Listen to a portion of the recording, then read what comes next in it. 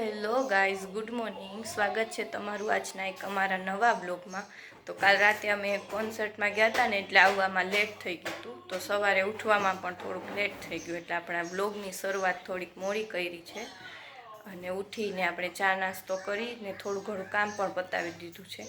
તો ચાલો આપણે થોડુંક કામ કરી લઈએ, ફ્રી થઈ જાય પછી પાછા મળીએ. જો યામી બેન પણ ઉઠીને આવી ગયા છે. અને બેન ઉઠીને ડાયરેક્ટ ટીવી જોવા માંડ્યા. જો યામી હાય, યામી હાય, હાય કરી દો.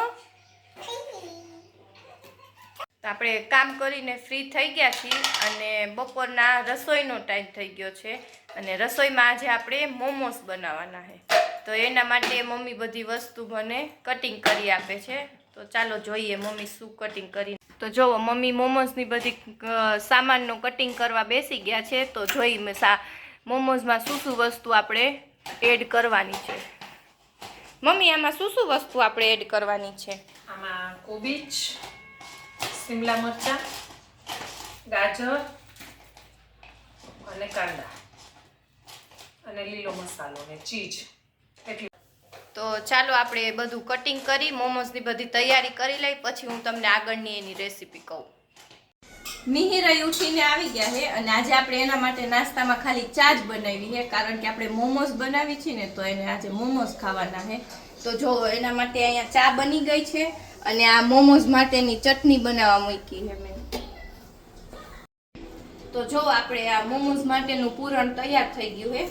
આમે થોડુંક તેલ મૂકી અને એમાં બધા વેજીટેબલ આવી રીતના ઝીણા કાપી અને એમાં બધી વસ્તુને એડ કરી દેવાની. ગાજર છે, ડુંગળી, કેપ્સિકમ, કોબીજ, એવી બધી વસ્તુ. અને એને ખાલી 2 થી 3 મિનિટ માટે થોડુંક મીઠું નાખી અને એની ઉપર જો આ ડાર્ક સોયા સોસ નાખી અને એને થોડીક વાર હલાવી લેવાનું 1 થી 2 મિનિટ માટે. જો આપણે આ જે બનાવ્યું હતું ને પૂરણ, એને આ રીતના એકદમ આછા રૂમાલમાં આવી રીતના એકદમ પાણી કાઢી નાખવાનું, સાવ આવું સૂકું કરી નાખવાનું.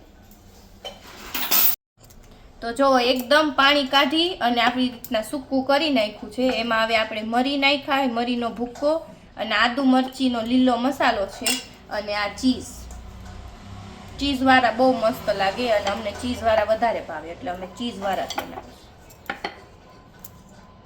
બંધ કરી. તને ભાવે ચીઝ યામી? ના પાડતી હતી, હમણાં ના પાડતી હતી.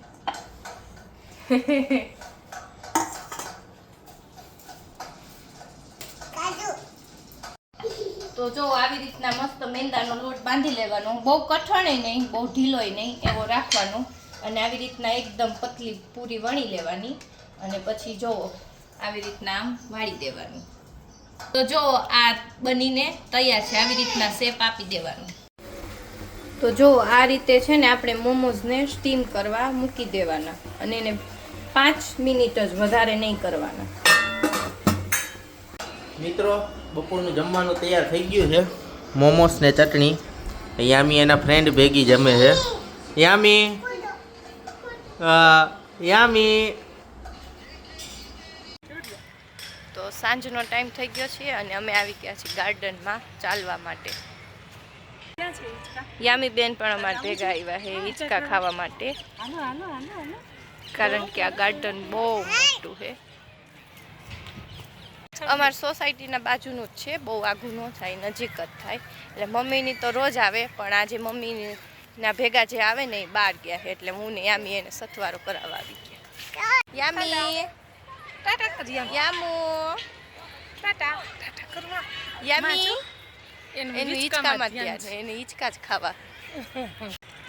જુઓ મમ્મી અહીંયા હાલે છે અને અમે હવે અહીંયા જાય હિંચકા ખાવા. દરરોજ આવશો પછી ના નહીં કહો ને? હે લસણ પટ્ટી ખાવી છે? હા. ઘરે જવું છે? ઘરે જવું છે? હાલો જવું હોય તો જાય. હા બેસી જાવ. યામી બેન ખાઈ છે લસણ પટ્ટી. એકલી મૂકી દે, શું કરે? ધક્કો મારો છે, ધક્કો મારી દો. એ આવી યામી જીમ કરસ? હે બોડી વધારવા કે ઘટાડવા? વધારવા.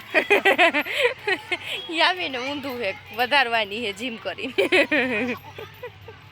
યામી હાય કર દે હાય હાય કર દે. હાય. જોજો હમણાં યામી ઊંચી થશે હો. યામી ઊંચી થશે. એ થાય. મજા આવે યામી? મજા આવે? હે બહુ મજા આવે. હે યાર. ઘરે જવું છે આપણે? હાલો ઘરે જાવું હે હાલો. હાલો ઘરે જાય હાલો. ના નહીં હાલો. ના હાલો હાલો. ના નથી જવું. હત કર દે. જો યામી રહીને બા રકડમ પટ્ટી રમે શું છે ઈ આ બંદર જોઈને બીવે હે. બંદરને જોઈને બીવે. યામી પકડ કર બાને પકડ કરો.